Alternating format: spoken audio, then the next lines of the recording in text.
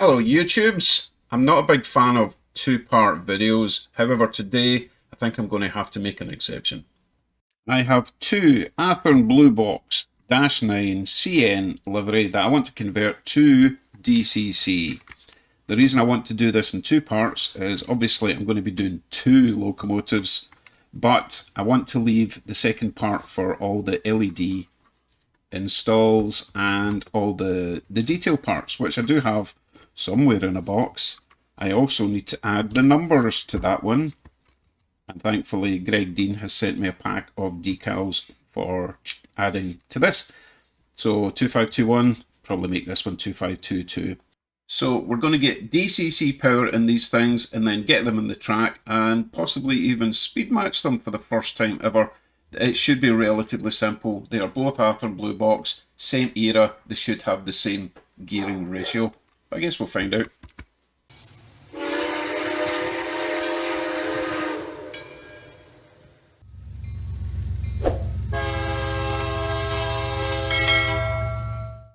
Let's get this party started then. Now, even though these are the same locomotive from the same manufacturer, when I dismantle them, I am going to keep them separate until I'm absolutely positive they are the same.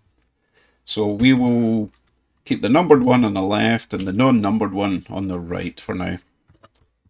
Now, I will need to remove the couplers on this because they're kind of holding the shell in. Well, the shell is held in with the four clips as normal, but also on this one, the couplers will prevent that shell from coming off. So we can get them out. I have a colour-coded parts bin ready. One at the front, one at the back. Okay, now we can do the wiggle. The Athearn wiggle. And that comes off. Lovely jubbly. Okay, I'm going to put that to the side, do the same with the other one. Have a bit of a production line going on. This one doesn't have its couplers in. I must have put them in a safe place. I can wiggle this, remove that. Random handrail has appeared. That would have caused problems down the line if I kept this DC. No doubt it would have get stuck in a gear somewhere. Always handy to have an extra handrail. So that's us got our two main parts dismantled. Well, shells off. On to the next thing. If you've not done a DCC conversion on a blue box before, then you wouldn't know that you have to isolate the motor. The bottom of the motor picks up the left rail pickup from the chassis itself. So there's a little connection underneath the motor, touches the frame, and the whole of the frame connects to all of these wheels on the left hand side. So we will need to remove the motor.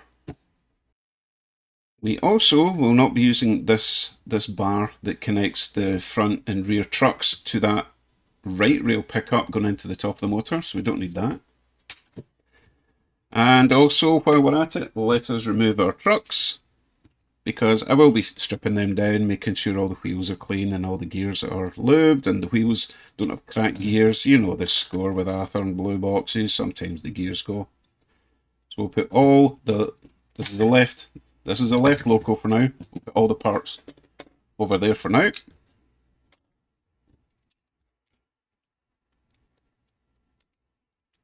And don't worry about if these are the right way around.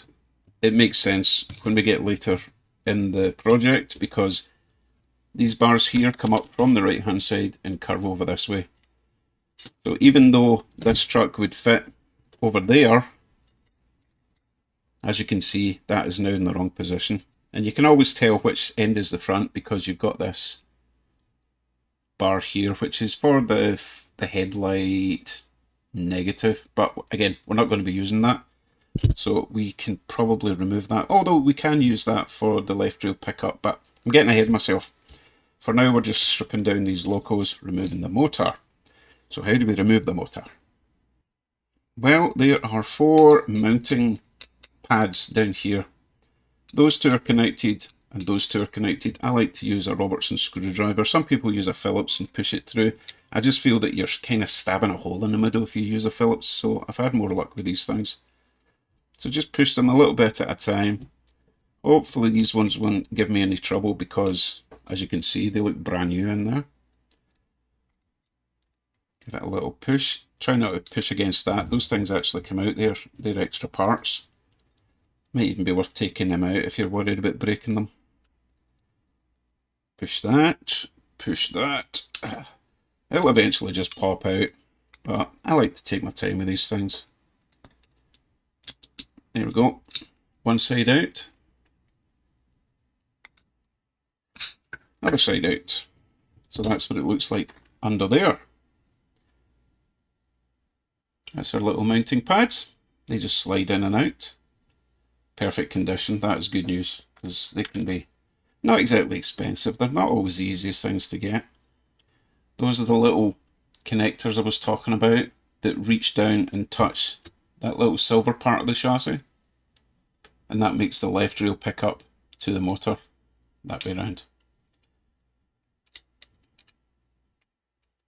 Something like that. Okay, so we need to prevent that from happening, so we need to isolate that with a bit of tape, and also we need to prevent these tangs from reaching down.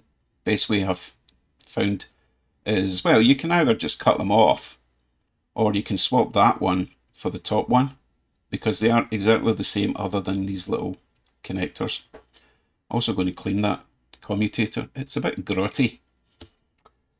So let me put that to the side. I'll do the same with the other one for now. Okay, keep everything on their own side for now. Right, we shall do the same with the right train, we'll call it. There's a little headlight I was talking about. It lives on that little vertical post. That's just a little cover. Won't be using that again, but I'm not throwing it out because it might be useful for something else. Can remove our bar. This one's a wee bit rusty, but it's only kind of surface rust. However, if you were keeping it DC, you would want to clean up that bar. That just happens. That's not from sitting out in the damp. That just surface rust from the atmosphere. But as I say, we're not using that. This thing here just unclips. Remove that bar. We don't need that either. Lens. Well, the bulb pushes out that way. Don't need that, but again, don't throw it out. Some people might find a use for that. Remove our trucks again. Oh, here's one of the parts I was talking about. It likes to fall off. Remove the trucks. Worm gear. Drive shaft. One truck out. Oh, and some people like lever it in from the top. I like to go in underneath there. Grab the edge of that cover. And lever it out, and then you're less likely to damage anything. And that's that truck out and out the way. Let's get the motor out of this one.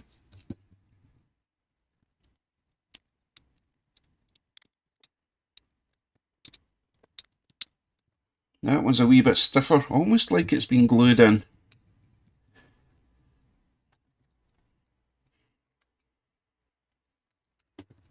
Let's see. Oh yeah, that one's been... You can see a tear in that one. That one was not happy. Thankfully, I do have spares, but sometimes it doesn't matter how careful you are. They're just not coming out because someone dropped some glue in there, I believe. That might still work, but I don't know.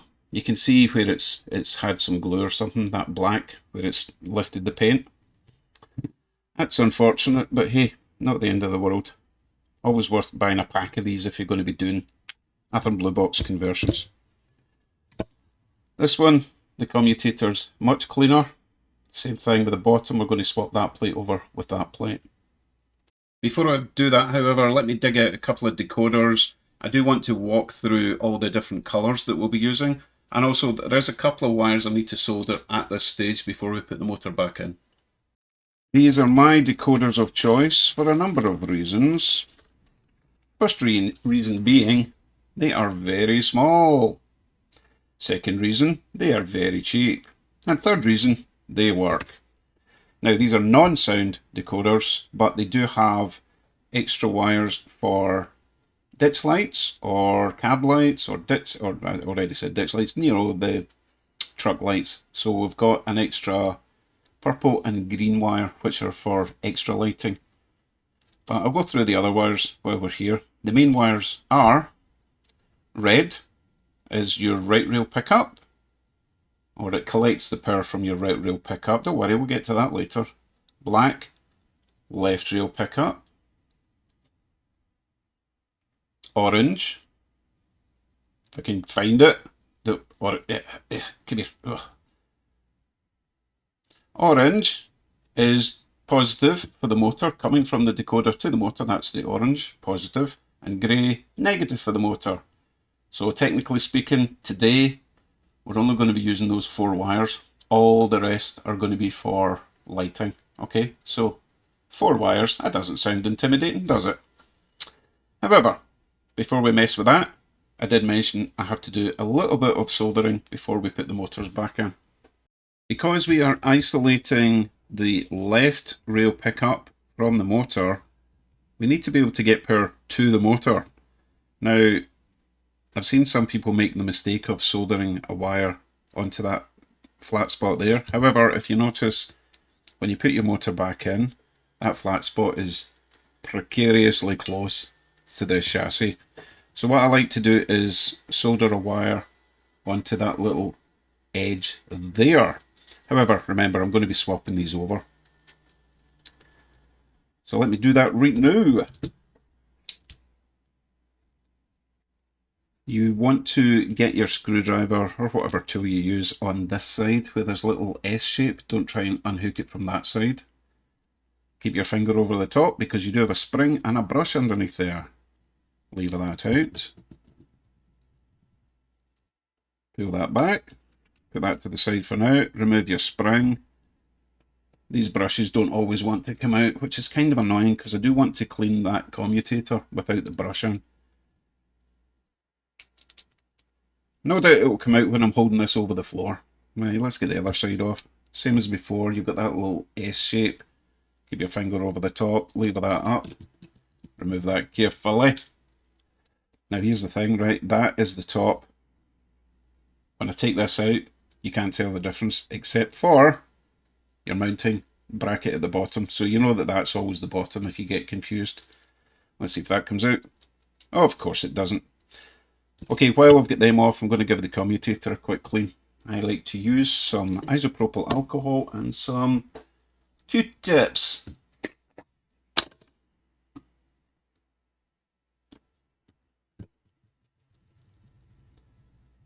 It's not too ingrained. Not really seen a lot of action this loco. Well, I should hope not. It's not even got its handrails on. I think it's just been running around a track for too long and it's burnt up the brushes just a wee bit. Once you clean them, you kind of want to get something soft and sharp in those little grooves there. See those little grooves? Make sure they're clean. You could use a cocktail stick like I do. Or toothpick if you prefer to call it that. So you just want that in there. And as you can see, I've actually made this even thinner because it's pretty tight in there. You just want to make sure, you can see there that we're still getting dirt out of that. You just want it as clean as possible. If you do it right the first time, then you shouldn't have any problems when you put it on the track. It's way dirtier than I was expecting. Poor Loco's been abused in its short career. Like it's not going to get abused when I put it on the track, but hey, a boy can dream. I'll give it another quick wipe, just to make sure that is nice and clean and spotless.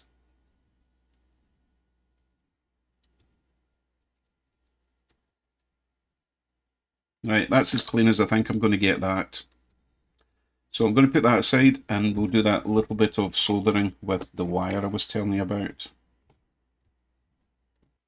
This is our copper strip from the top and it's going to be at the bottom. Now you could just connect your decoder wire grey. Remember, grey is going to the negative of the motor, which is down the bottom of the motor. You could just connect that to that. However, I just find it's a wee bit cumbersome having all that connected when you're trying to put the motor back in. So I am going to snip this around about there and then we will rejoin them at a later date. So I'm giving myself plenty of room. Can always add a wee bit more wire, not the end of the world if we run out of length, shall we say. So let's get that tinned up. Also going to put a bit of solder on the end of this. Bit of flux first. Oh, don't you hate it? Don't you hate it when your solder falls through the hole? Oh, you fix that. Oh, that was easy. Normally they're a pig to get out.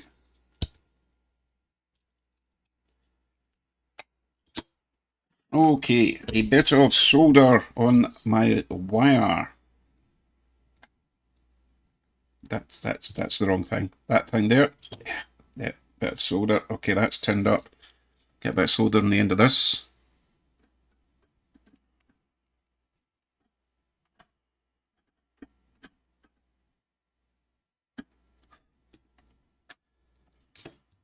Yes, I'm not getting it hot enough. There we go. Right, now we can get our wire on. Doesn't really matter which way around we go. Oh, it definitely got hot enough. Solder's taking ages to cool down. Must have been the wrong angle of the dangle. So that's ready to install at the bottom of the motor. Let's have a quick look at the top one. I want to get rid of those little clippy things. I prefer to use older snips for this because this stuff is surprisingly strong and it can create little dents in your nice new snips. You could just try and bend these in, but honestly this stuff is incredibly strong. It doesn't like to bend. Wear eye protection in case it pings off and hits you in the face. They're ready to go back on. Motor's ready to be reassembled. Okay, next step. We'll get these back on with our little springs, our little brushes, which make sure they're still in there, which they are. That one is. That one is. We'll get our springs in. We'll get these back on. Remember, wire at the bottom. One spring in there. Oh, goodness. They both wanted to get in the same hole. One spring in there. Now you notice that the sides of the motor mounts are moving apart. They're basically holding the whole thing together. So make sure they're nice and close when you put this clip in. Remember the hooky side goes at the back. S shape as the clip goes nearest the spring. Put the hooky side in first. Clip it down. Now you can see how that's going to work now. The wire is not going to interfere with the base. It's going to come up the side. Something like that. Top side on. Now I'm only putting this on temporarily because I do have another part to this which you may or may not be doing, but for the sake of the video I'm just going to reassemble it as it is for now. So again, make sure that the sides of the motor are pushed together. The hooky bit in the back first, S shape nearest the spring, clippy down, and that's ready to go back in the chassis. There is one more step, however. We need to make sure that that little wire doesn't make contact with the bottom. I like to use a bit of insulating tape. Don't use a full width, cut it in half because you don't want to fill up these mounting holes for your little motor pads. Stick that down there. And that should be enough to prevent any short circuitry. Now we can get our motor in. Let's find our two lovely, still perfectly usable mounting pads. Slide one in there, other in there. Motor will only go around one way. You can see the difference in length there. Okay, long bit on that side. And we can push that into its holes, just gently massage it in place. With a bit of luck it will just kind of clip in. Just keep wiggling it, even though you think it's in, they're kind of rubbery, so they do need a wee bit of massaging to make sure they're in place. Once it's in, spin your motor, make sure your flywheels are not scraping in anything. And that one's good to go. What's that just broke off? Oh my god, this is why I was saying earlier, probably a good idea to remove these. Now I need to take off that cylinder. stick this wee thing back in, which is, oh, it's actually snapped off. I need to super glue that. But I tell you what, I'm going to put that to the side for now, because I'll just snap it again. So I'll put that to the side, and we'll put that back on when we're doing our detail parts. Right, let me get the other one done. The second one is exactly the same as the first one, so there's no point in me showing you that. If you want to see the other one, just rewind this part and play it again. It's the same thing. So I'll bring you back when we are back to the first one again, and we will start doing some wiring. And we're back with patient one. Now, I was jumping the gun a little bit because I did say I was going to clean my trucks, and I might as well do a full walkthrough in case you haven't done this before.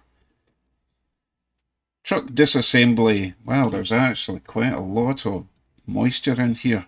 I don't want it covering my fingers. Not that I'm allergic to oil, but I don't want it then moving on to something else. So to get the trucks off in this particular model, there's a little clip there. Probably get in from the side there. Leave that little clip off. Same on the other side.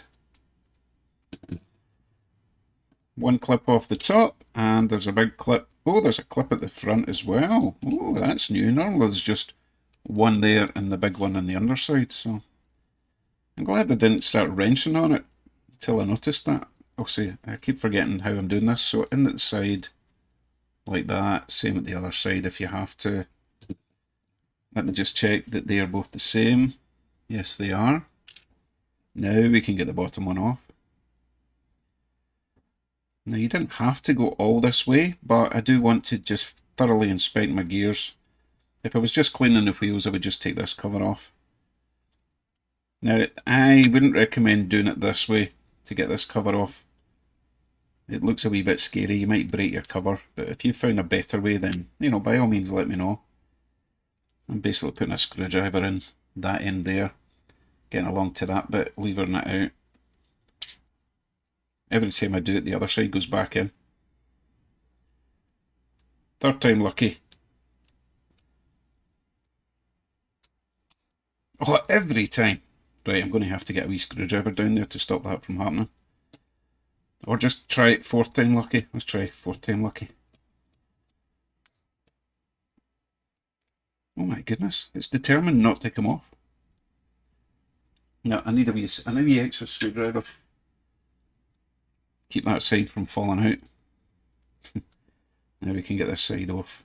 Finger over the top, they do like to ping. Oh, there we go. Right, wheels will come off.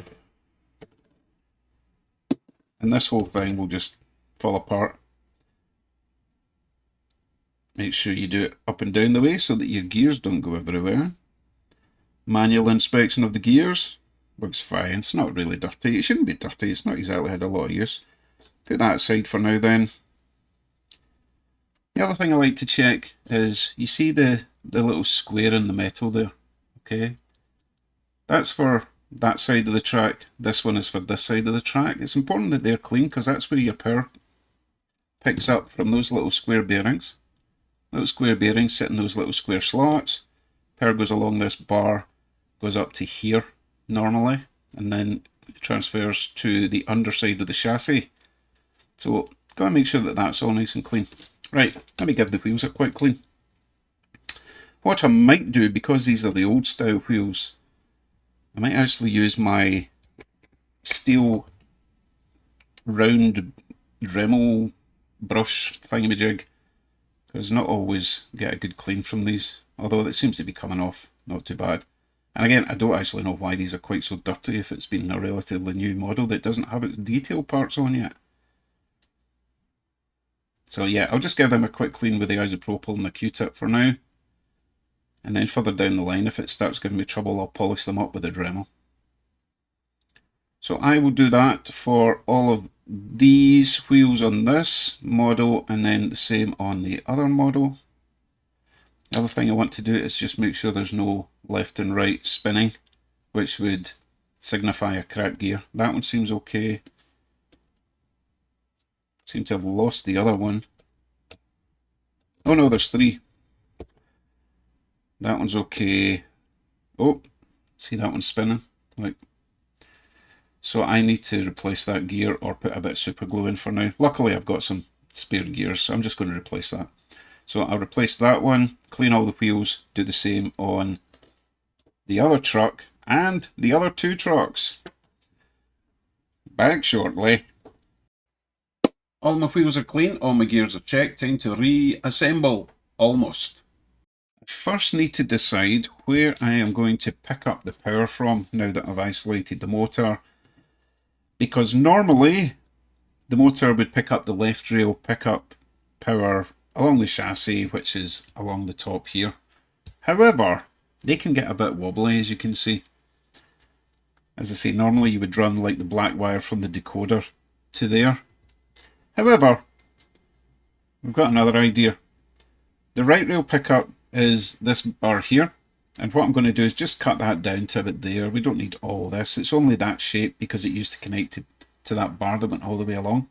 So I can cut that right down, just leave a little bit sticking up, connect the red wire to there. For the black wire pickup, as I say, instead of going from the chassis, normally it would go from the left side up that bar there would make contact with the underside of that strip there. Okay, so it would normally be touching the shiny bit there.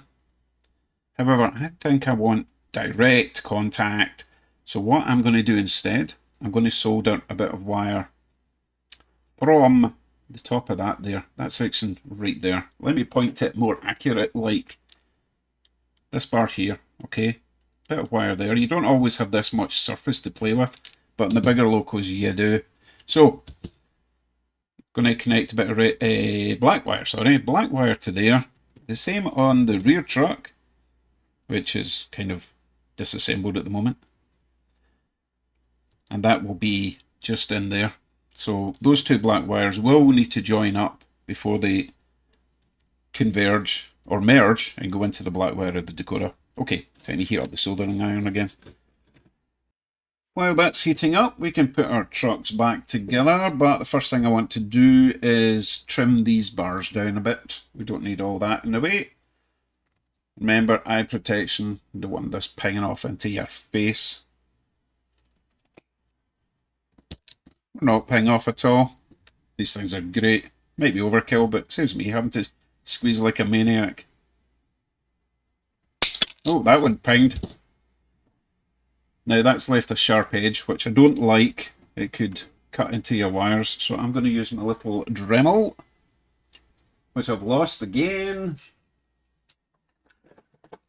And I'm just going to round the corners off a little bit with my little grinding tool here.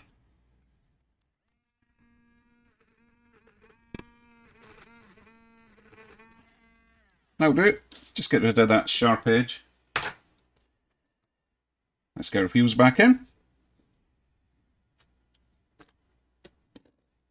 And I have checked the gauges and everything. All the gears are good. I will be adding just a little blob of Super Lube silicone grease. Not silicone, synthetic. Whatever it is, it doesn't destroy plastic is my point. And I do prefer putting grease in the gears rather than oil, because the grease doesn't drip down onto your track or your wheels. Should be plenty. Rotate it around a wee bit. That one doesn't seem to be meshing. Maybe it's just, yeah, it's just because the bottom cover wasn't on yet. Let's not go overboard, just a blob. Get a bottom cover on.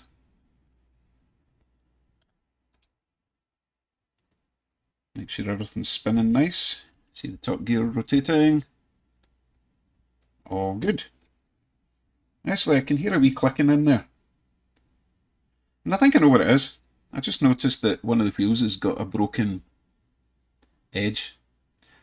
Shouldn't really affect it because it's not really making contact other than the side of the rails, but if it makes a lot of noise going around the track, I might need to replace that. Anyway, that's that one done. We'll get the other one on together. Same as before. Wheels in place.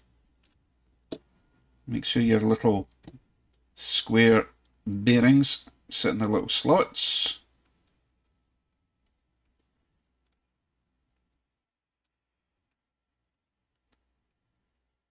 Or not.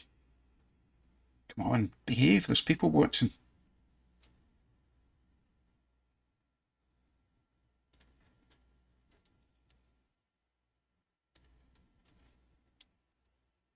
Oh, for goodness sake. Okay, and I do definitely need to put some grease in that one. That's one of the new gears, so it's bone dry.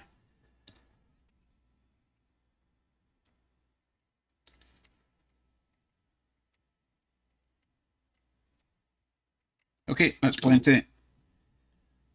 This is the one that I removed the bottom covers as well, or the top covers, but I'm not going to turn it over just now because it'll all fall out. Get the bottom cover back on.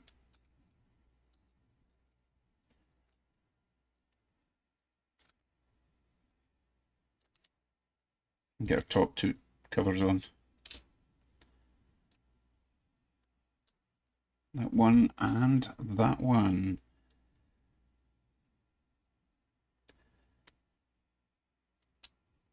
Cool. Make sure that's spinning nice. It is. So those two are good to go. We can get some solder on there and there. So the bottom ones are going to be the black wire, side ones are going to be the red wires. I will do the same with patient 2 and I'll see you back with patient 1 in just a jiffy. Now I use quite fine wire for this. I do have a big bag of extra wire. I don't know why that's in there. 21 pin decoder connector things. Anyway, everything in this bag, I've got everything except fine black and fine red because I use them so much. So I do have a roll of this, which I think is 24 and 26 gauge. Unfortunately, it comes in a big roll, and I don't use all the other colours, so that's why the bag's full of multicoloured wires, by the way. So I need to trim off some black for this side, some red for that side. There is a big long black section there we can use. We don't need a huge amount, maybe about that much for each side. Remember, the two blacks are going to connect to each other. The two reds are going to connect to each other. Just a shame that this is all together because I have to roll it all out at the same time. There's my two black wires then. Now I need to do the same with some red wire. About that much.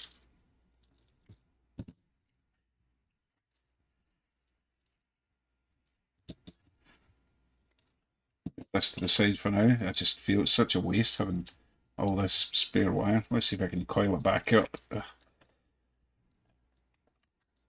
I 3D printed this red thing, by the way. It didn't come with this. Which is great to keep it in place, but it's a pain to roll it back up. Oh, you don't need to see that. Right, let's move on. We need to get some solder on there, solder on there, solder there, there, and then we can attach our wires.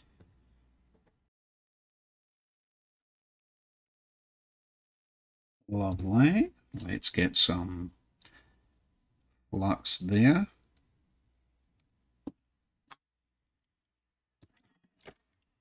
And get some solder blobbage on the outside. I don't want it in the inside because then it might interfere with my drive shaft. Nice blob. This side's going to come round this way.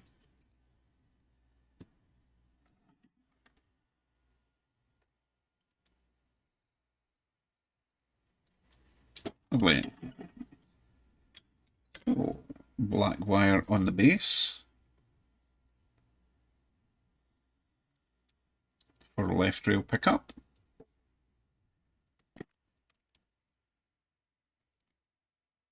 So that's going to come up this side of the drive shaft and the red. Now this wire is probably a wee bit long, but I'd rather not have to connect a new wire because I made it too short.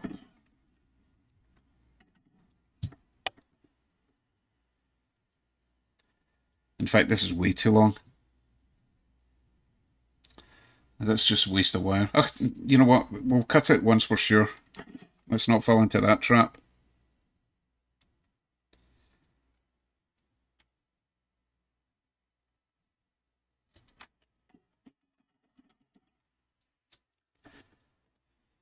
first truck done. I'll do the same with the other 3. Now, I did make a slight error you should be aware of so that you don't do the mistake I just did. Now, you may remember that I soldered the black wire to that section there. However, when I went to install this in its home, then I realised that I had put the wire directly on the area there where it's supposed to rotate. So I had to desolder that, move the black wire over to that end so that this can actually rotate where it's supposed to. And of course I did it to all the trucks, so I had to repair them all, as you can see. Anyway, we can move on. We can get this back in. Oh, actually, before we do that, now that we've got our black wire soldered to technically the left side of the frame, we no longer need this clip at the front. You can usually grab that with a pair of pliers, give it a wiggle, and it usually comes off. Oh, this is interesting. So some of them have got, they kind of slide into a little clip. This one is actually just riveted onto the front. So we're just going to twist that until it releases. Release. Like so. And you're left with a little nub. A little nubbin. Right, now we can start reassembling. 2 wires up that hole there.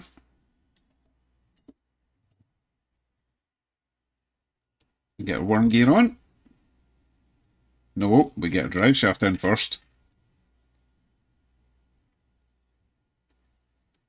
Drive shaft onto the worm gear onto there. Get a little bearings in place. Get a little splodge of grease on that. And while we're at that, there is another place that I want to lubricate before we reassemble everything completely. So a smidge of grease on that one. You want a tiny dribble of oil down the very end there. Okay, just where that worm gear shaft is coming out there. One on that side. We'll get the clip on the top, and I'll show you where else you should also remember to lubricate. And that would be at either side of your motor. There's a little thrust washer down there. If you ever have an Athearn that squeals, it's probably because that bearing's dry. So just a dribble of oil down there. Don't know why it's not coming out. Usually pours out. There we go. Dribble there. And there's also a bearing in that side, but you don't really want to put your oil down there. So if you put it in that gap there, it should work its way through to that bearing on the motor side. So don't put oil in there. That would be silly. We'll just clean that. Get the other side in then. Remember, the bars that stick up are the right rail, right hand side. If you do the trucks round the wrong way, the only thing that's going to happen is it's going to go backwards when it's supposed to go forwards, which is kind of annoying. So as before, drive shaft. Oh, nearly threw it away. Worm gear. Bearings in place. A little bit of grease on the worm gear.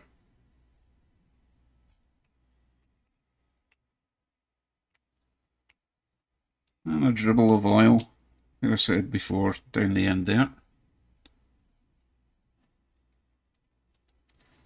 You'd be amazed the difference it makes. If you don't do that, they can just squeal like little piggies. Lovely. So, we have now got our 2 left rail pickup wires here, 2 right rail pickup wires. We have our negative for the motor there, so we still need to have an orange wire going to there. But before we start on the decoders, I need to do the same thing to patient number 2. See you back in a bit with patient number 1. It is decoder time finally. So here's the question, where do we mount our decoder? This is really up to you and what you have available. You can get these sort of circuit boards that have got a little clip that clips over the top of the motor, and then your decoder just simply plugs in there, but then you have to wire up these things to the front pickups, the lights, all this kind of stuff. And also, you don't always have the height. Unfortunately, the way they designed this particular body shell is the motor will be kind of halfway across there.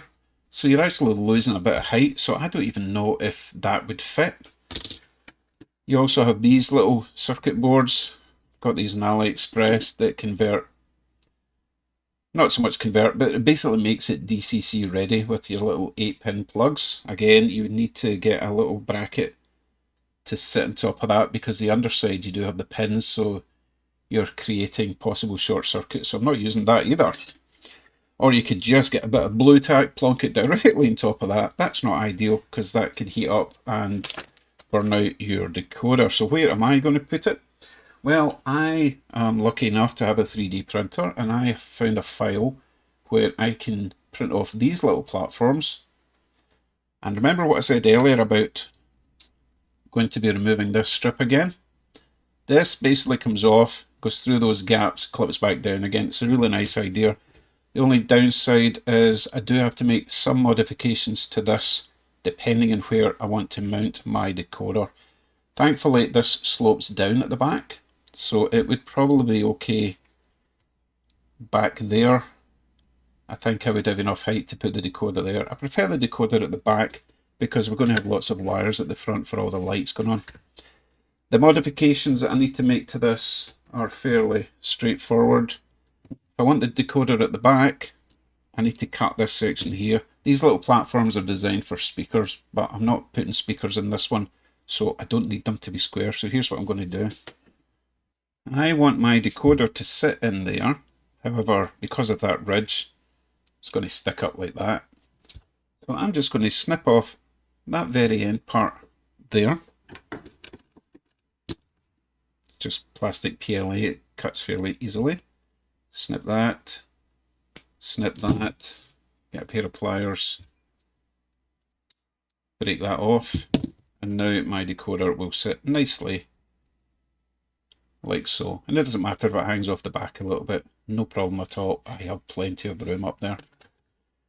And that will leave all our wiring sticking out the front. The other modification I want to do is I'm going to drill a couple of holes at the front edge there. Okay, and that's for these two wires. That's going to sit there. I want a wire coming up through that side, a wire through that side. Again, just to keep this bit nice and tidy at the front. So I will drill a couple of holes there, and then I'll show you how this clips on. Pretty neat actually. That's me got my little holes drilled. Not exactly symmetrical, but that's okay, as long as it does the job. Right, here is how this works. I'm going to remove our little top bar again.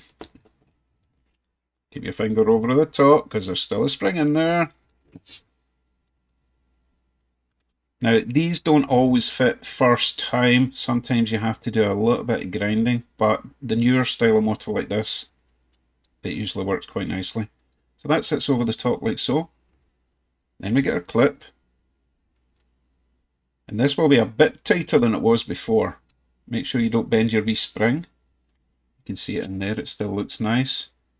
With a bit of luck, that will clip down. Like so. And that keeps a little platform secure. Make sure you turn your flywheels, nothing's rubbing. So that is just lovely. Now we can install our decoder. Here's one. I am going to use some hot glue and slap it on there. And so far, the decoders love the hot glue and the PLA. So I'm going to stick that there so that all the wiring is coming this way. We will be shortening most of this. So I know it looks messy at first. I'm kind of aware that I've been twisting these wires quite a lot, so you kind of want to avoid twisting them as much as possible because they're very fine and they could snap. So I think what I'll do is when I put the glue down, I'll first put these wires onto that little panel, make sure I've got enough rotation for both wires, like that. So they'll be in the glue, and then I'll put the decoder on top on the glue, and then that should keep everything nice and tidy at the back. Right, hot glue gun please. Good thing is with the hot glue, if you mess it up, you can just heat it up and put it back down again.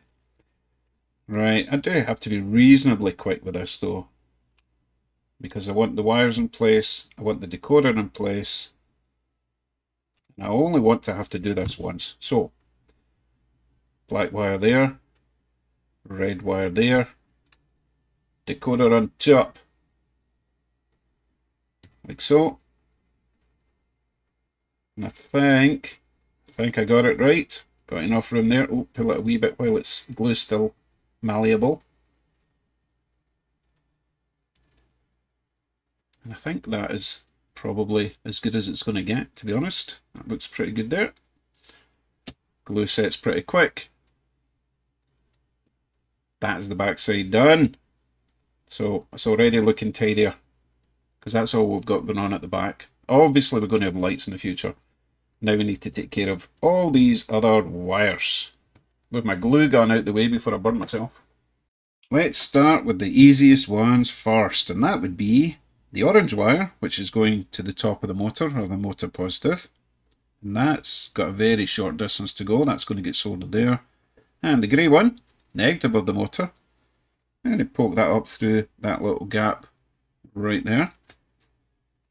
Make sure it's not going to rub on your commutator on the side. You only have to angle this once and it should stay in place. Roughly there, okay? And that's going to get connected to the grey. Easy peasy. We'll need a little bit of heat shrink tubing, but we'll do the orange one first because it really is the easiest one. Just need to cut it to length, strip it back a little bit, move all this stuff out the way for now. Just distracting us. So let's go with about that long. I don't want to solder it directly on top of our spring underneath that platform, obviously. So let's go with, leave a wee bit of wiggle room just in case this doesn't strip properly, and then you have to add 2 more bits of wire. Nice little bit of wire there, doesn't need to be long. That's long enough. Let's get a little bit of flux paste on there. A little bit of tinning. I'm always losing my solder.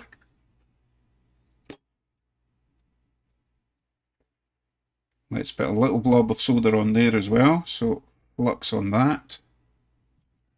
Solder. Try and keep your iron away from all this plastic. It melts kind of quick.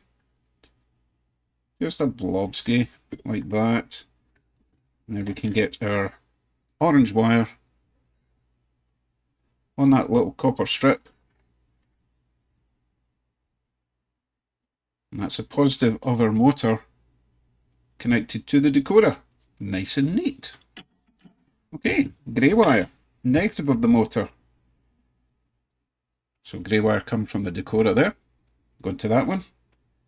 I cut these right down as well.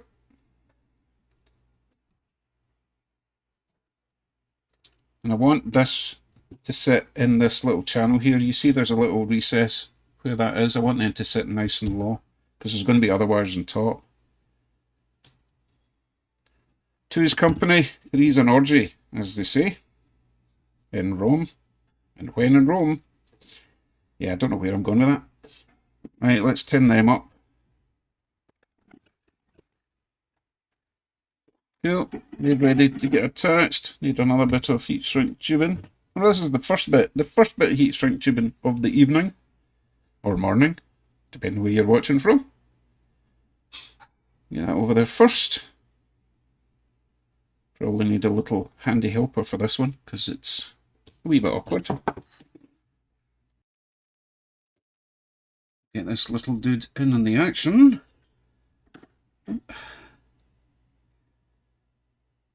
They're actually a wee bit longer than we need them to be.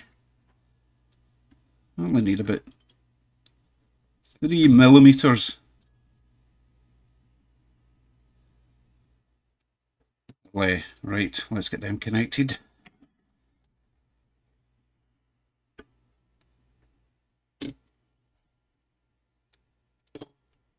You really just need to touch these and they'll join. Well, touch them with a bit of solder, obviously.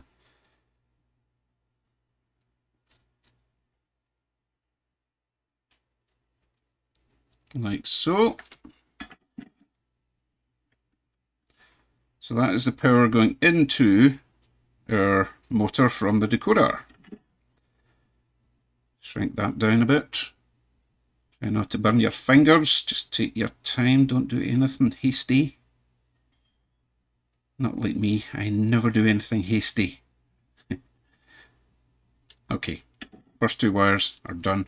So as you can see, that now sits in there quite nicely. There will be a bit of tape going over everything, but I want to utilise as much of all this space as possible. Okay, let's move on to the rest of our wires. We need to connect the two left rail pickup wires, that's these two black ones, from the front and back trucks. And we need to connect them to the black coming from the decoder. So it's a 3-for-1 kind of deal. What I think I will do, which usually works, I'm going to join the rear truck black wire coming from this side into the decoder at this point, right there. And then we'll feed the front one in through that little hole and join it together. And again, hopefully it will sit in that little recess. I'm going to leave these a bit longer in case I want to put these up the top, because this might get a wee bit crowded at this section. So we've already established we've got enough wiggle room at the back. So we can keep these tight, bring them to there. I think of it there. I want them to join at this point here. So we can snip them, strip them, join them. Twist them together for now. And as usual, we will tin them up. They are now joined together. Let's get the front one. So, as we know, we're feeding this through this little hole at the front here. Bring that up there. Make sure we've got enough wiggle room for that one. Decide where this is going to live. Roughly there.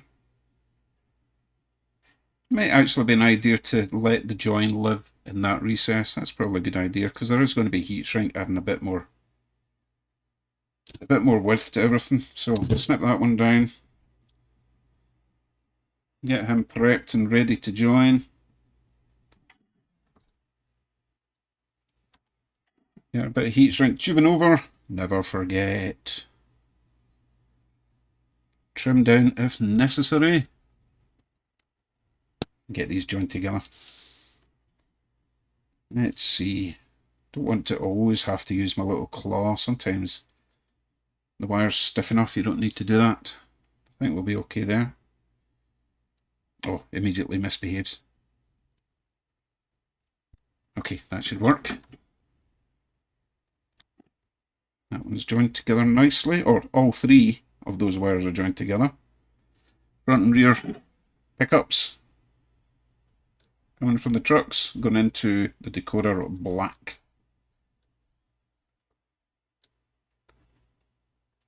Lovely. Now we need to do the same with the red. So we've got the red one coming here from the rear pickup.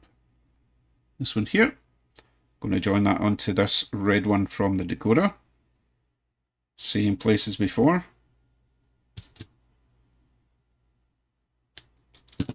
Strip and join.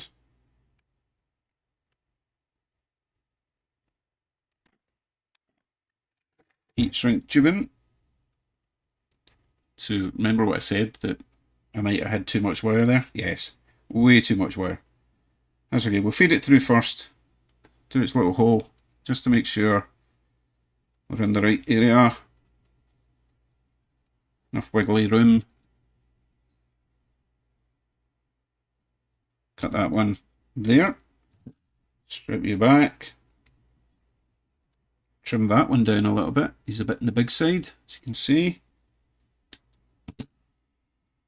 Join those together. Oh, just stay there. Right there. Okay, gotcha. Heat shrink over the top. Shrink you down. And we now have a DCC converted locomotive. All these wires here are for lights. So let us tuck these out the way. As I say, those little insulated joins, they can live in that little recess down there. Keeps them nice and tidy out the way. So how about we just grab a little bit of tape, go over there, and then that's a relatively neat install so far. Relative is a relative term. I'm going to go for black tape for a change. I say that because I can never find my black tape. It's usually green tape I use. So they're sitting nice and flush on that little platform or in that recess. That can go over, tuck in there. Apart from those wires there, that's a pretty nice little install, to be honest. Now, all these wires here.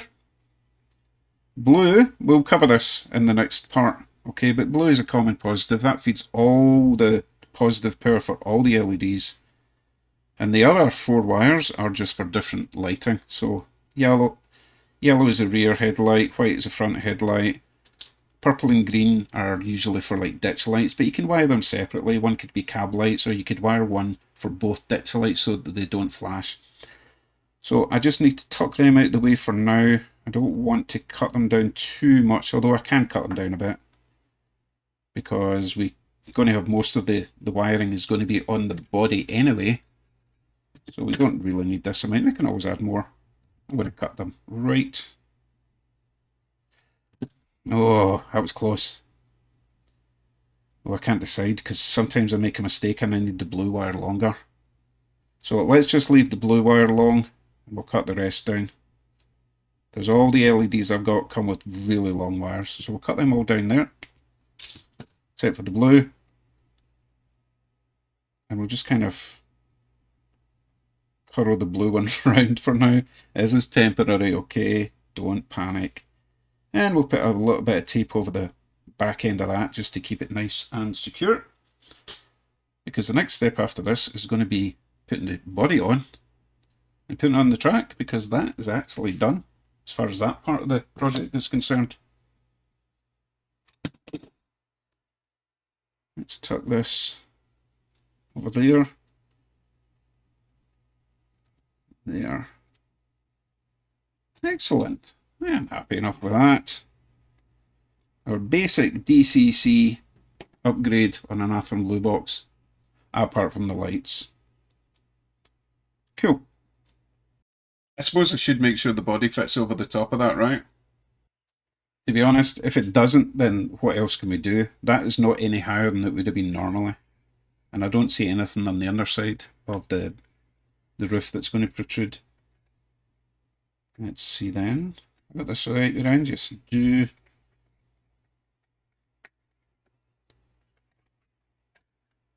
Just making sure. I think I've tucked all the wires out of the way. I'm not going to be snagging anything. And you should just clip down. Oh, yes. Wonderful. One down, one to go. Oh, excited to get these running in a consist. Double header, speed matched. So I will see you when I have reassembled patient number 2. I am pleased to report that the surgery was a complete success. Should look exactly the same as the last one. It should go together exactly the same as the last one. Didn't click quite as satisfyingly as the last one, but I don't see why not. It's exactly the same body, exactly the same build. Okay, we are done. Let's get these new recruits over to the track for some programming. I hope they work. I hope they always work. Let's begin with the loco with the number, or as I like to call it, patient 1. When I switch this to DCC and press loco 3, this should work. Forward. And change direction. Okay, perfect. Right, I am going to change the address to 2521. So we're going to go program main track, enter that. It's currently loco 3. We're going to change it to 2521, enter that. Let's change the starting voltage to 0. Enter that. Accelerate 20 for now. Decelerate 20. Terminal voltage or velocity 255. And I'll do that exactly the same on the other one. So now obviously we need to change our local address to 2521, but I do like to switch DCC power off for 6 to 10 seconds. Let me do that. DCC back on. Pick up my controller, change that to loco, forgotten the number already, 2521, enter, and go. Lovely. Right, let's crank up the power to whatever, 28, top speed basically, and see how quickly it accelerates.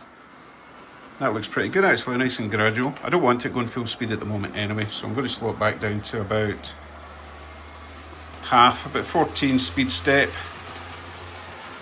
because I do have some new grease in there, and I did put a new gear in this one, remember? So I want to give it some time to run in, don't want to break anything.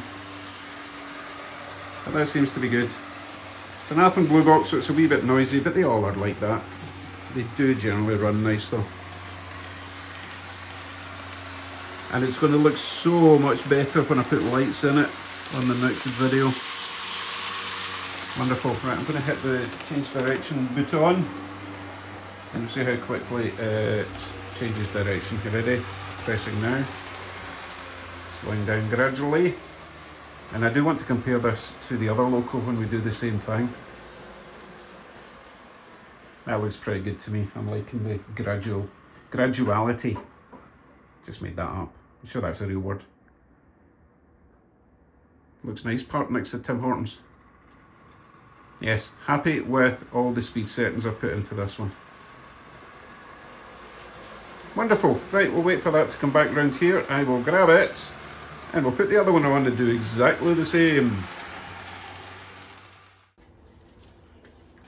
Now, I really am hoping that these have exactly the same gearing, because there is an option to consist these two on my controller. The cheapo way to do it is to give them both the same decoder name, but I don't want to do that because I might want to run them independently of each other. Okay, again, Loco 3, DCC power on and go. Forward, lovely. Change direction, backwards, good. Lovely, right, program, main, enter, change the address. This time I'm going to change it to one more than the last one. I forgot the last one again. So we're going to call this one 2522. Starting voltage 0, accelerate 20, decelerate 20, TV 255. Awesome. Time to switch off DCC for 6 to 10 seconds. And back on again. Loco 2522. Enter. And let's go for a test lap. Go. Lovely. So we're going to take it up to 14 like we did with the last one. We'll mentally compare how this is to the other one. I think it's accelerating at the same rate. We can do a proper test with both of the trains on 2 tracks. I just wanted to do all the programming with one train on the layout though, just in case I mess up the other one, right? It's looking very good. Well, it's looking exactly the same as the other one, other than the lack of numbers.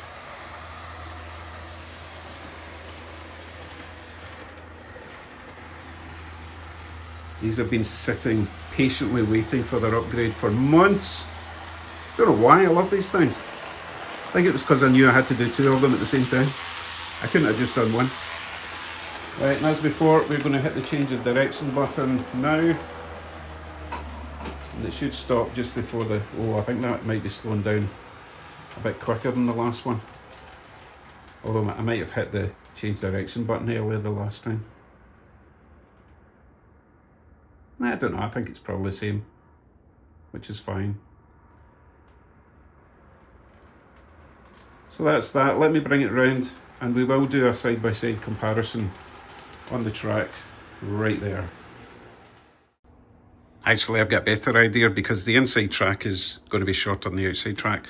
So I've set them both to speed step 14.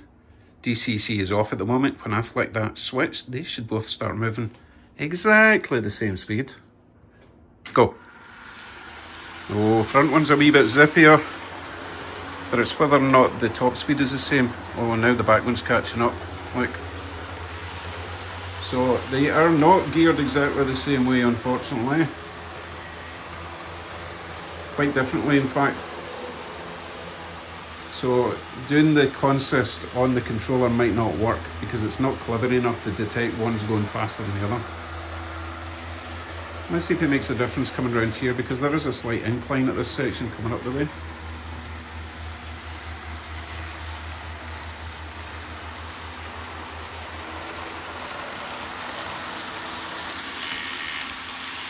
Oh, he's pushing hard.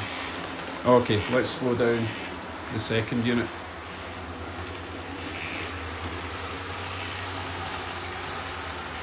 We'll see how much we have to slow him down.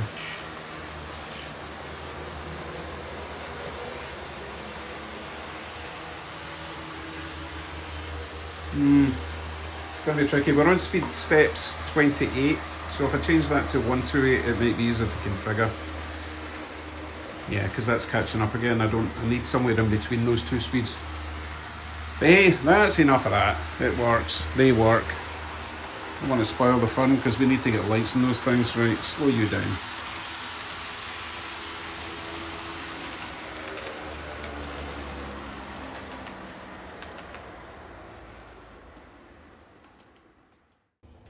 Okay, I'm not too worried about them not being geared exactly the same. I can manually adjust the speed if I want to double header them. I don't really want to have them in a consist anyway because I want to run them independently. Okay, the next video, all the lighting, as I say, quite comprehensive, and also all the detail parts as well, which, to be honest, I don't love putting the handrails on, but it's got to be done, and once it's on, they look great. Anyway, Athearn Blue Box, decoder, upgrade.